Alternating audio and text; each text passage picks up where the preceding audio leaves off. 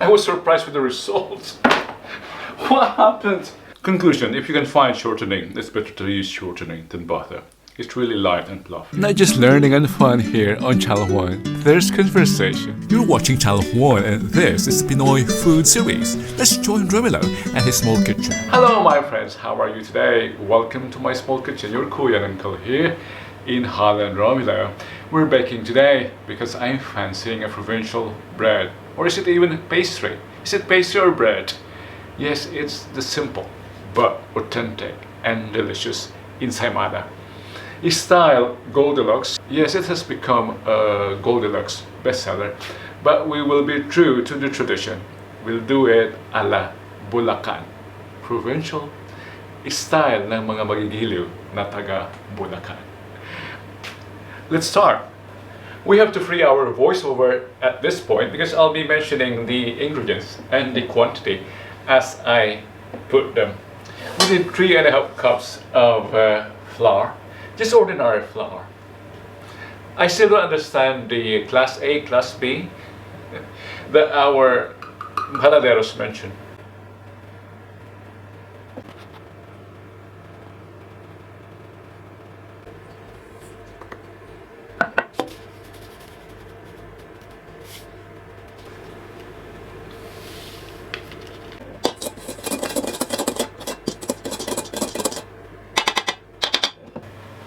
We have to wear an apron. This would be dusty.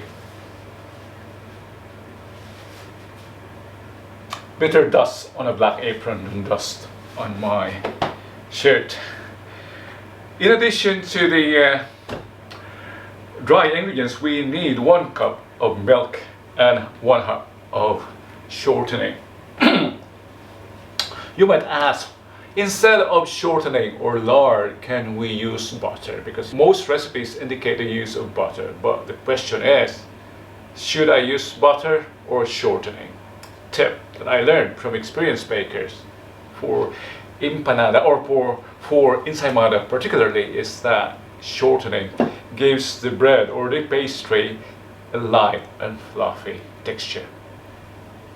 1 cup of milk.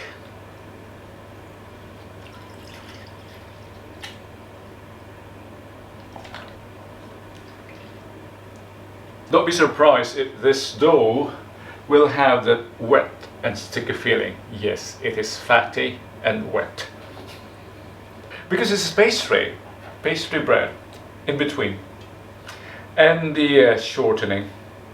We need 1 cup of this. Yeah, this is 1 cup. Yeah, more or less this is 1 cup.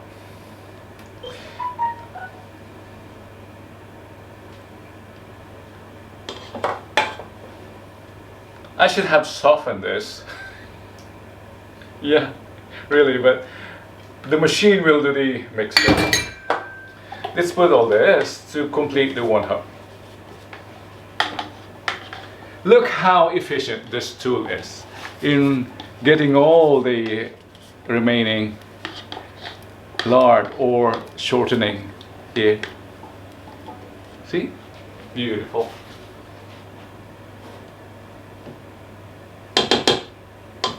Into the mixer with the hook.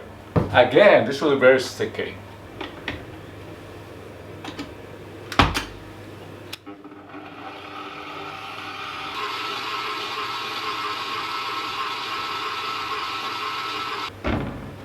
We also need eggs for this, egg yolks, just 3, but we'll add them later.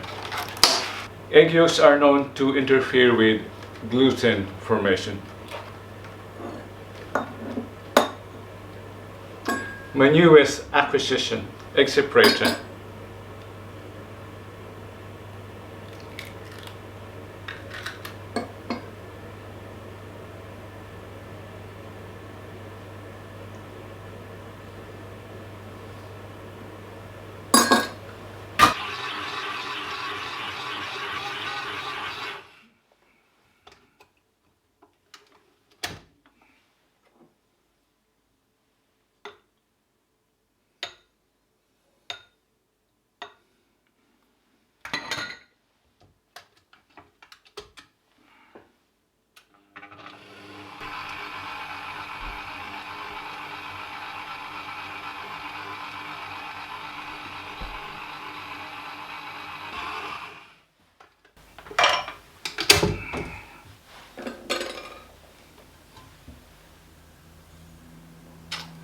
It's now elastic. Our dough is wet and it's 21 degrees inside, 21 degrees Celsius. So I'm sure this will take time improving.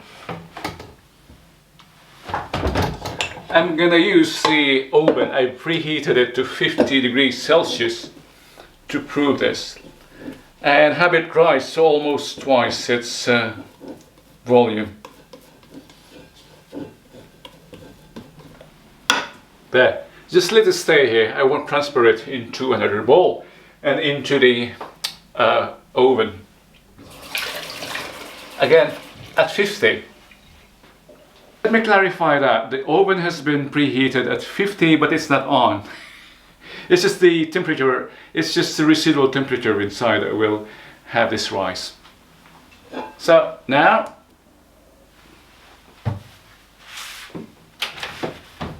yeah. It does not fit my oven. I have to transfer it.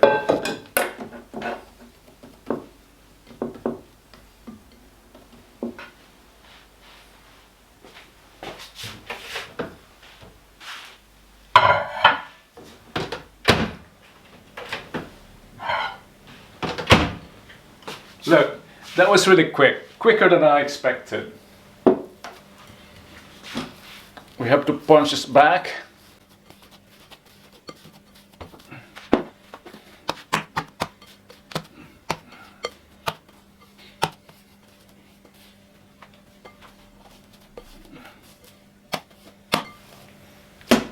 It's really sticky, but that's how it should be.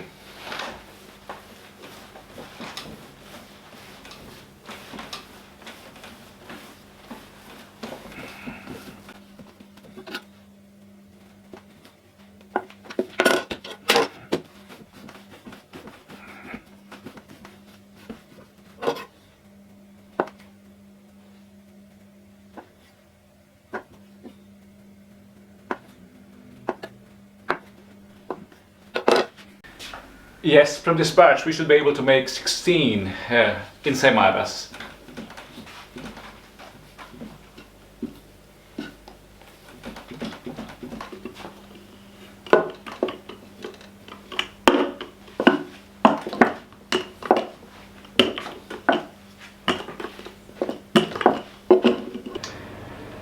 The area should be approximately 8 by 6 and it doesn't have to be a perfect rectangle.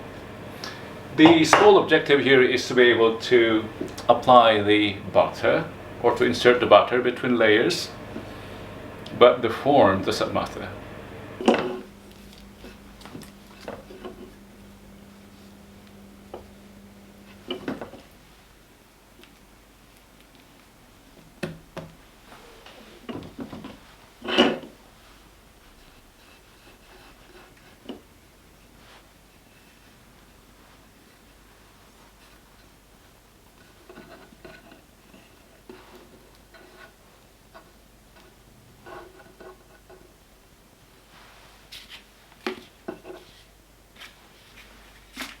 I've learned today, I've just proven today that if the dough gets tough, just leave it for 10 to 15 minutes to relax and it will be easier to form. Yeah, we really have to listen to the pros. Thanks to the platform, to YouTube, we get a chance to learn from the pros. Yeah, we've got 16 here. These were too big, that's why I moved them to a smaller holder or smaller mold. We don't need a mold, but just to hold them. So we'll have this proof for the second time. Perhaps 1 hour in this 21 degrees Celsius temperature. And after that, into the oven.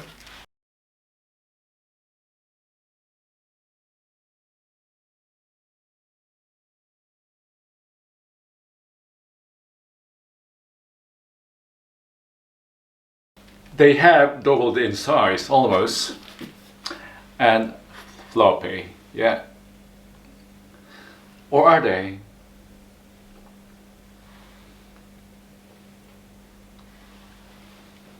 I think I have to wait. I have to wait. This should be ready now. Look at that. Very soft. Into the oven at 170 for not less than 20 minutes. I mean, Celsius.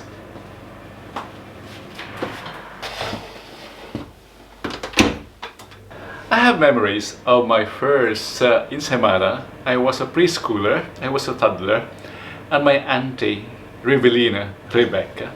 Shout out to my cousins. Or my auntie went to town and she came home, dropped by at our place to visit my mother, and she gave me Ensaimada. That was my first Ensaimada. And from then on, I was hooked to the buttery and sweet flavor of this pastry. Yes, this is pastry, not a bread, but pastry. It traces its history to Mallorca in Spain, Ensaimada, but it evolved in the Philippines to its current form, which is more of the sweet and buttery side. The original in Spain remained dry. Instead of butter, they used oil. I don't think I gave the chance to our voiceover to tell us the ingredients. Now is your chance to tell us the ingredients. The remainder of the ingredients. Equal parts of sugar and butter. 1/4 of each will do, and grated cheese for the toppings. Thank you, voiceover. I think it doesn't harm to prepare our butter toppings now while our Ensaimada cooks. I have here a softened butter. We'll cream it. Sugar, half cup butter and half cup sugar.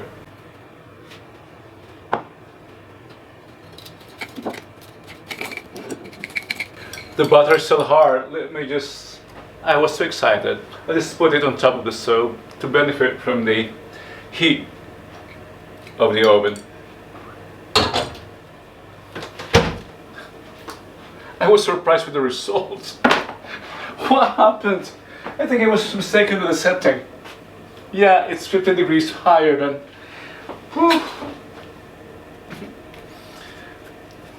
Look at that, that's too dark. Anyway, it's still fluffy. I'm gonna eat this, but the rest I'm gonna give to my friends. Yeah, this is, I think, the almost hopeless case.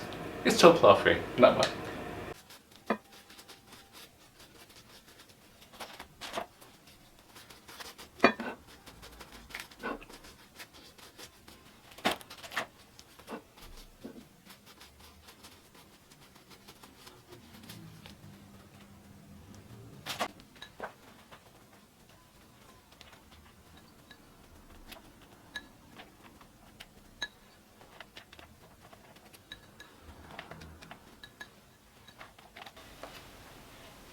Ensaimada. The panic earlier was not needed. It turned out to be even more colorful, even more appetizing than the anemic version. You can do it! Ensaimada of the Philippines. So if you enjoyed our Ensaimada today, gawa na din, wag na mainggit. You can do it. If Romano can do it, he has no formal training, you too can do it. Just explore. It's an adventure. Try. Until next time, Dios Segbati.